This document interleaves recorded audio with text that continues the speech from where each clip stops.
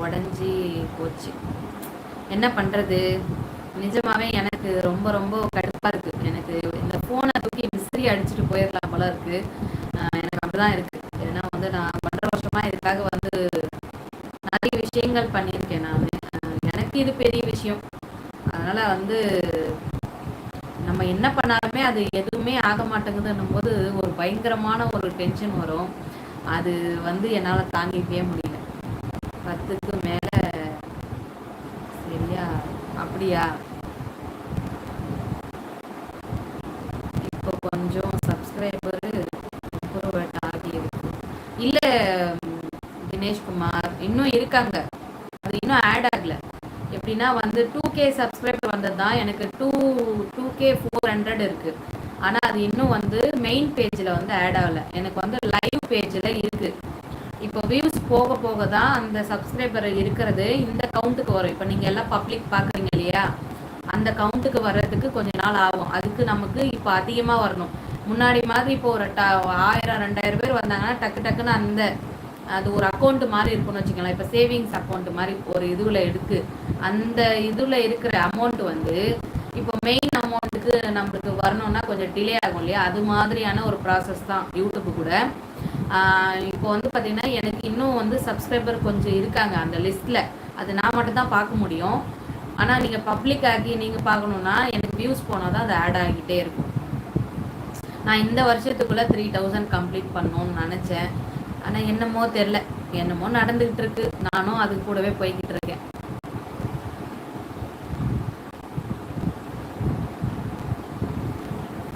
இப்போ 2-3K மேலே 2-3Kலாம் இல்லை, 2.3. ஆமாம் ஆமாம், 2300 பேர் இருக்காங்க. நீங்கள் ரெகுலராக ஒரே டைமில் வந்தால் அது இம்ப்ரூவ் ஆகும். ஆமாம் ஆமாம். எங்கே தினேஷ்குமார், நம்ம எதையோ ஒன்று பண்ணணும்னா அது நிறைய சுச்சுவேஷன் வந்து அப்படி இருக்குது. நான் இதுக்கு முன்னாடி பார்த்தீங்கன்னா எனக்கு அது மாதிரிலாம் வேலை இருக்காது. நான் இருப்பேன், பசங்க இருப்பாங்க, என் ஹஸ்பண்ட் இருப்பாங்க. நான் குக் பண்ணி வச்சுட்டு நான் பாட்டு லைவில் உட்காந்துக்கலாம். எனக்கு வெளியில் போக வேண்டிய வேலை இருக்காது. யாரு கூடயும் ஹாஸ்பிட்டல் போகிறதுக்கோ இல்லை ஏதாவது ஒரு அதுக்கு இதுக்குன்னு சும்மா போகிற மாதிரி எதுவுமே இருக்காது. அப்போ நான் வந்து ஒரே டைமிங்கில் வந்துட்டு இருந்தேன்.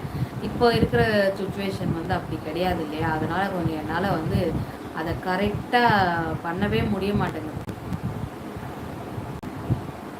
சிரிக்கிறீங்களா? என்னை பார்த்து சிரிப்பாக இருக்கோ? சரிங்க சரிங்க.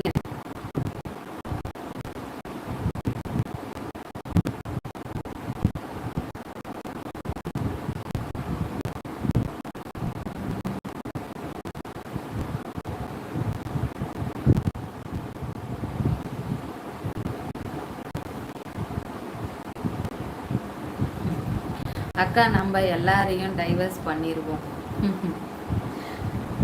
எல்லாருமே பண்ணிட்டா அப்புறம் யார் பார்க்கறது வீடியோ?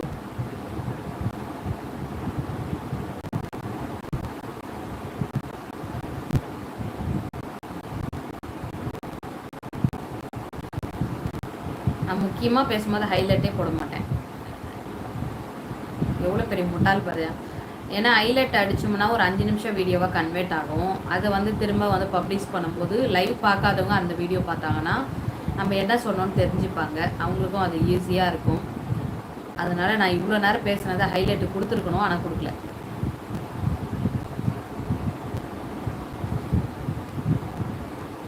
அக்கா, உங்களுக்கு பிடிச்ச ஸ்வீட்டு சொல்லுங்கள். எனக்கு மில்க் ஐட்டம் எல்லாமே பிடிக்கும். மில்க் ஸ்வீட் எல்லாமே பிடிக்கும். அப்புறமா ஸ்பெஷல் ஸ்வீட் எல்லாமே பிடிக்கும். பெங்காலி, அதுக்கு அடுத்தது ஸ்பெஷல் ஸ்வீட்னா நட்ஸ் வச்சு பண்ணக்கூடிய ஸ்வீட்ஸ் ரொம்ப எனக்கு லட்டு ரொம்ப இஷ்டம். அப்படியா? Okay okay. எனக்கு இந்த நார்மல் லட்டோட கீ லட்டு ரொம்ப பிடிக்கும். நெய் லட்டு ஆரஞ்சு கலராக வரும்ல அது. அதே மாதிரி இங்கே சென்னையில் பார்த்தீங்கன்னா மார்க் லட்டுன்னு ஒரு லட்டு ஷாப் இருக்கு இல்லையா, அந்த லட்டு நல்லாயிருக்கும். சாஃப்டாக ஜூஸியாக இருக்கும். எனக்கு இந்த வறட்சியாக இருக்கிறது பிடிக்காது. இந்த சர்க்கரை பாவு மாதிரி கோட்டிங்காக இருக்கிறது அது மாதிரி இருந்தாலும் பிடிக்காது. எந்த ஸ்வீட்டுமே சாஃப்டாக ஜூஸியாக இருக்கிறது மட்டும்தான் எனக்கு பிடிக்கும்.